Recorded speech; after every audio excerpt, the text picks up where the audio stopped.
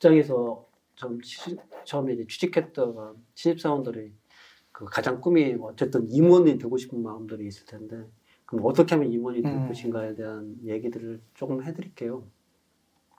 제 주변에서 임원 된 사람들을 이렇게 몇몇을 보면은, 임원을 보통 이제 장군, 장수라고 보통 표현하잖아요. 군대로 얘기한다면. 그러면 이 장수 중에 보면은 종류가 한 4가지 종류가 있는 것 같아요. 첫째 종류는 이제 맹장.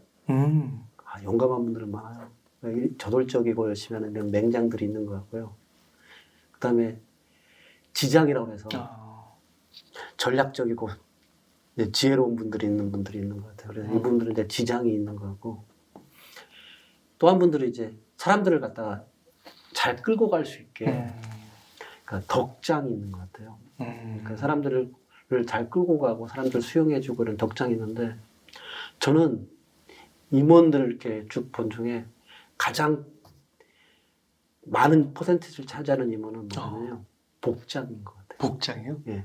복장? 운이 좋은 사람.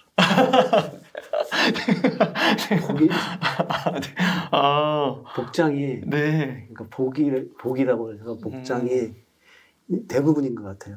대부분이에요. 네, 대부분이 복장인 것 같아요. 네. 그리고 이렇게 복장이 되려고 그러면 사실 시기를 잘 만나야 돼요. 네. 시기에 대한 운이 굉장히 좋은 사람들이 많아요. 그러니까 저도 대표적인 케이스가 그 케이스예요. 제가 능력이 뛰어났거나 뭐 이런 것들은 아니었고요. 제가 임원까지 올라올 수 있던 가장 큰 요인이 뭐냐면요, 시기가 좋았어요. 어떤 시기였냐면 1997년도 이후에 네. 할인점이, 그러니까 대형마트들이 막 성장했어요.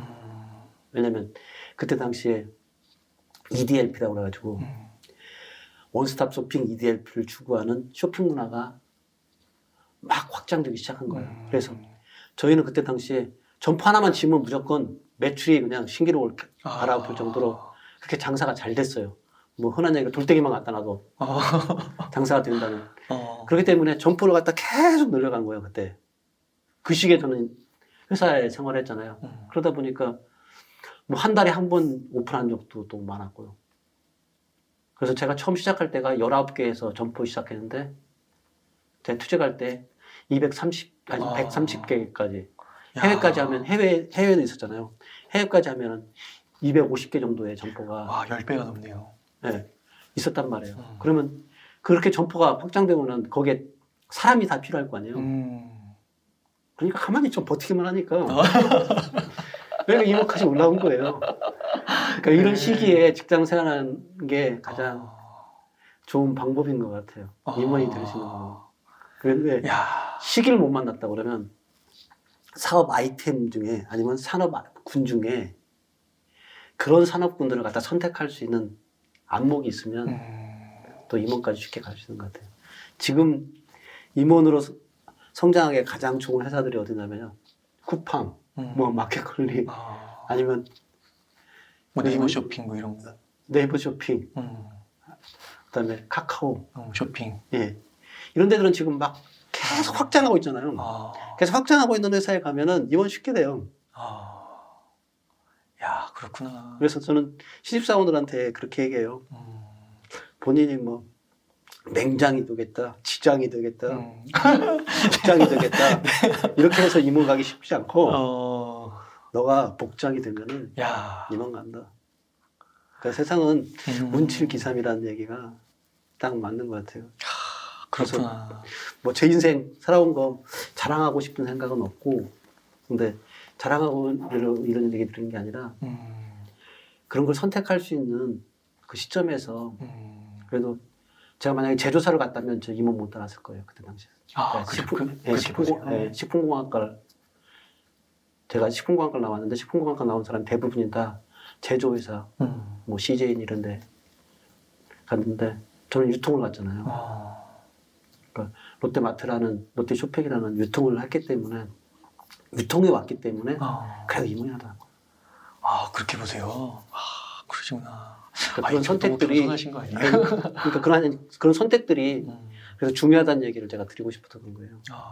그러니까 어떤 20살에서 대학 학과를 선택하는 선택이든지, 그 대학을 졸업하고 난 이후에 어떤 회사를 선택하는 선택이든지 그 회사를 선택했으면 그 회사 내에서 어떤 부서를 갈 거니까 선택하는 거든지 이런 선택 시점에서 그 복이 들어올 수 있는 운이 좋을 수 있는 선택들을 지속적으로 해나가면은 그래서 운이 좋은 사람들은 다른 사람들을 얘기할 때 그렇게 얘기하는데 일방적인 그 하늘이 내리는 운이 좋은 게 아니라 선택을 잘하는 사람들이 있는 거지.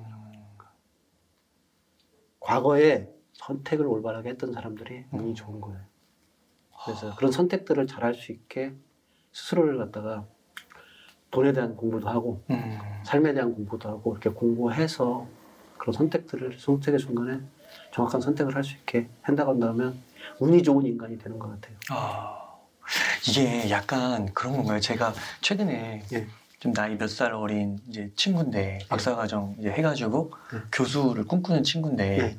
이 친구가 나노를 전공했는데 예. 나노 안에도 분야가 많대요. 예. 근데 배터리나 반도체랑 연관이 있으면 예. 교수도 잘 되고 네, 그렇죠. 막 산업으로 연계도 잘 예. 되는데 나노를 했는데 우리나라에서 없는 자리들이 예. 나노가 또 있는데 그쪽을 하면은 네. 아무리 나노를 했어도 네. 안 된다고 그러더라고요. 그렇죠. 그런 거랑 연결이 되는 메시지인가요? 그렇죠. 그렇구나.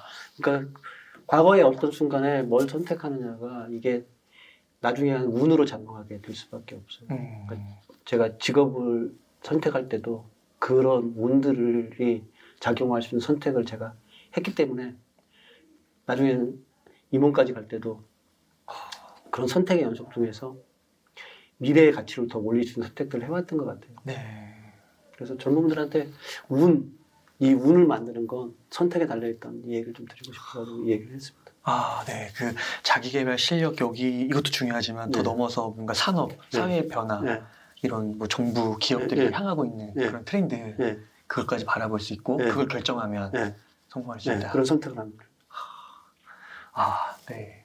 그래서 뭐 누가 그런 얘기를 하더라고요. 그 스티브 잡스가 자기는 소크라테스를 만날 수 있다면 자기는 모든 재산을 갖다가 다 그 소크라테스한테 주겠다. 거기에 주겠다. 그 이유가 뭐냐면 미래가 어떻게 갈 건가에 대한 미래에 대한 해안을 얻기 위해서 소크라테스를 만나서 그 선택에 대한 것들을 듣고 싶다고 그 얘기를 했더라고요. 그러니까 뭔가를 갖다가 선택을 잘 해나갔던 사람들을 보면은 미래에 대한 그런 해안들을 갖다가 끊임없이 자기가 습득해온 것 같아요. 배워온 것 같아요. 그런 사람들만이 선택을 잘하는 것 같아요. 그래서 그 임원들 중에 이렇게 보면은 저 사람이 어떻게 임원 됐어 이런 사람들 이렇게 보면은 그 필살기들이 딱 있더라고요. 아니 그런 얘기 많이 들어요. 조직 내에 있으면 저 사람이 어떻게 임원이 됐을까 이런 얘기. 뭐 저도 그런 얘기 들었을지 모르는데 그런 사람들이 보면 그런 선택들을 분명히 한 사람들이다 그래요. 야, 문칠기삼이 이렇게 와닿게 얘기해 주신 게 저는 처음이 아닌가 싶습니다. 그리고 저는 이제 아들아 동공부야나 이 책을 썼던 이유 중에 가장 큰 이유가 뭐였냐면요. 이 돈이 행복을 살 수는 없는 것 같아요. 근데 돈이 불행을 막아주는 방패는 살 수 있는 것 같아요. 그러니까 우리가 알고 있는 모든 불행들의 이 끝을 이렇게 딱 헤쳐보면은 그 안에 돈이 있더라고요. 저는. 그래서 돈 공부를 통해서 이 돈을 어떻게 벌 건가에 이 부분들을 갖다 정확하게 해줘야만이 경제적 자립을 통해 가지고 자기가 불행을 갈 수 있는 그 길들을 막을 수 있는 것 같아요. 그런 방패들은 돈 공부를 통해서 할 수 있는 것 같아요. 그래서 우리 아들한테도 제가 얘기할 때 너가 행복하라고 돈 공부하라는 게 아니라 너가 불행해지는 그런 상황에 처하지 않게 하기 위해서 너한테 돈 공부하라고 했다. 그런 얘기를 아들한테 해준 거죠. 그래서 돈 공부는 현재 자본주의 사회를 살아가는 데는 필수인 것 같아요. 그래서 저는 이 돈 공부가 전 등불이라고 얘기했어요.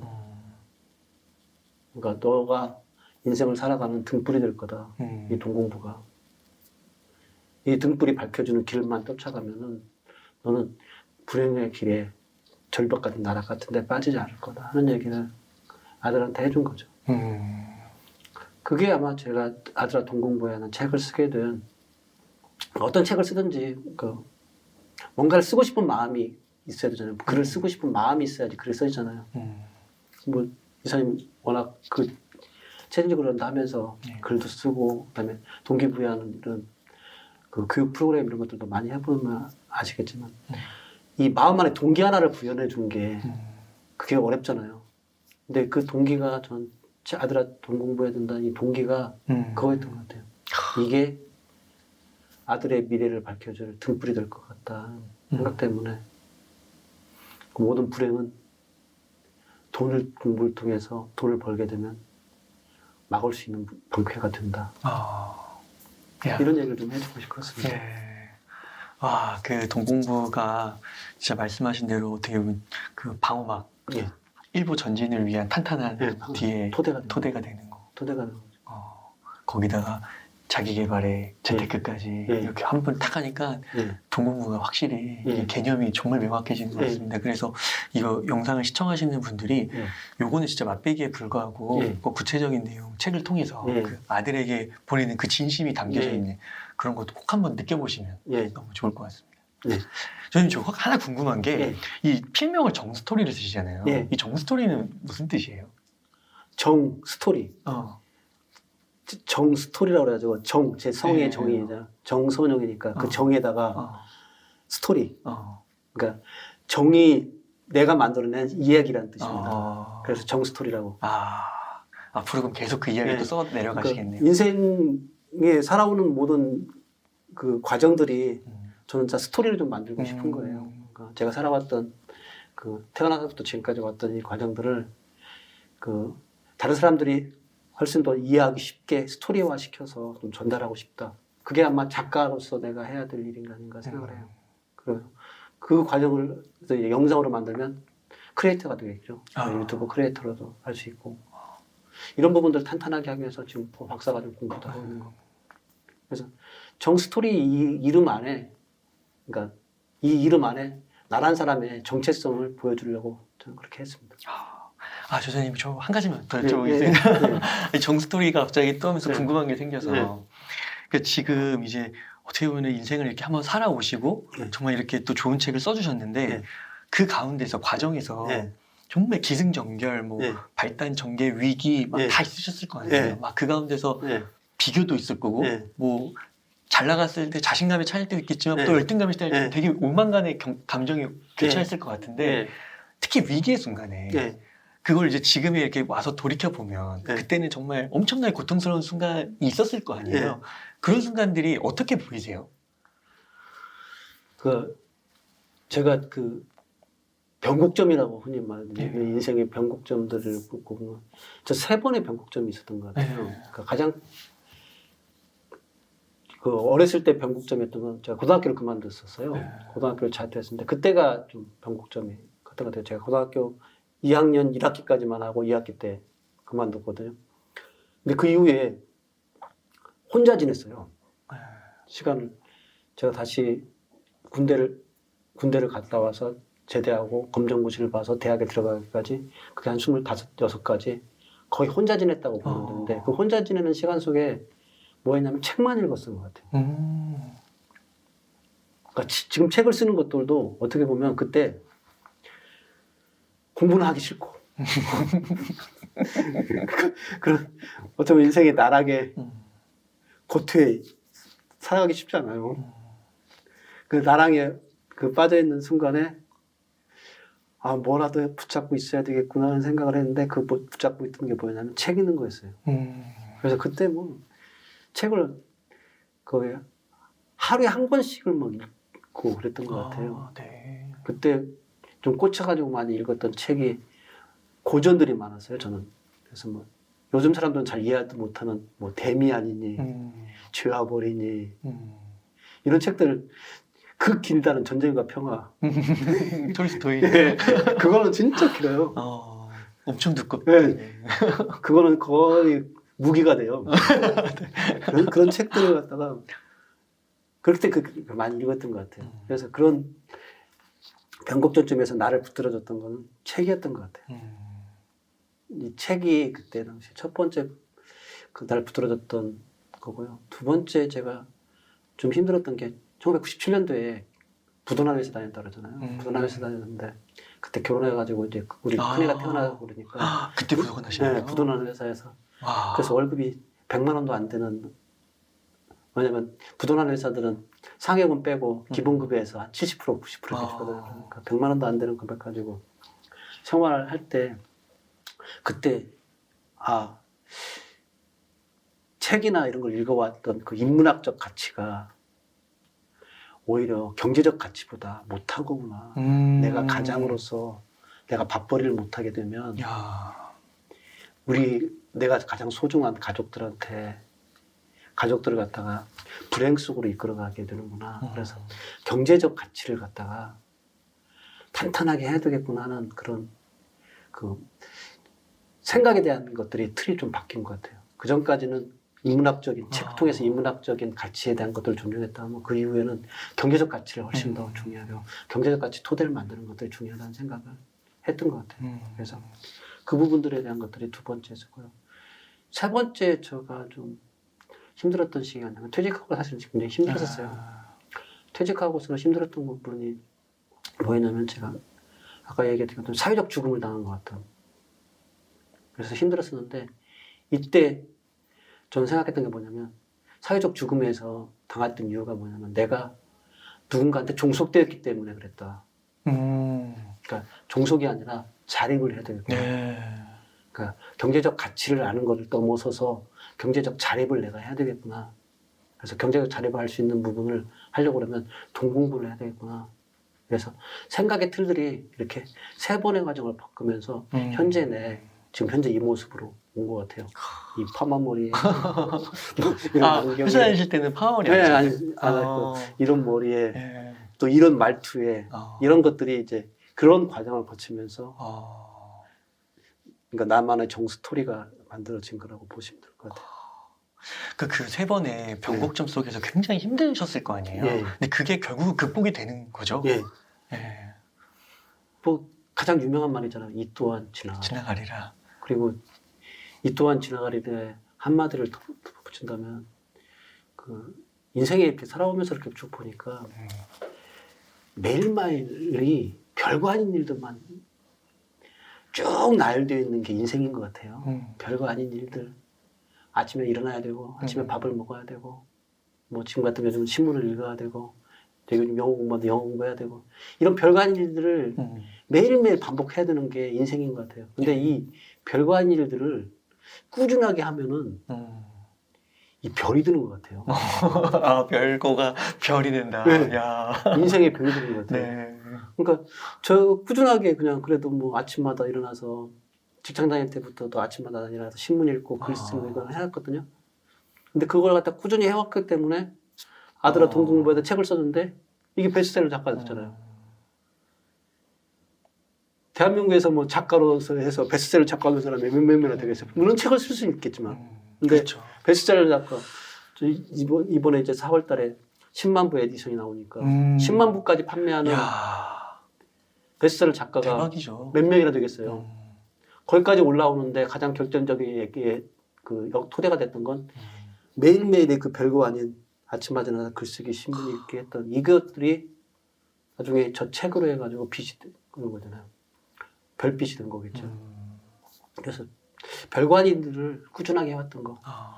이 또한 지나가리라는 그런 미래에 대한 긍정적인 마음과 별거 아닌 일을 꾸준하게 하면 이것이 별이 될 거라는 믿음, 이 두 가지가 저를 끌어온 것 같습니다. 예. 너무 멋진 정스토리 같습니다. 현재까지의 정스토리고 앞으로 더 멋진 정스토리 써주시면 너무 좋을 것 같습니다. 정말 이 방송을 들으시는 분들이 많이 위로가 되고 동기부여 받고 또 힘든 상황에 처해 있다면 또 할 수 있다 이렇게 마음 먹지 않으셨을까 싶습니다. 고맙습니다. 네.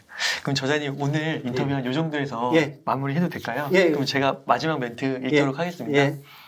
이렇게 해서 아들아 돈 공부해야 한다의 저자이신 정선영 저자님을 모시고 이야기를 나눠봤습니다.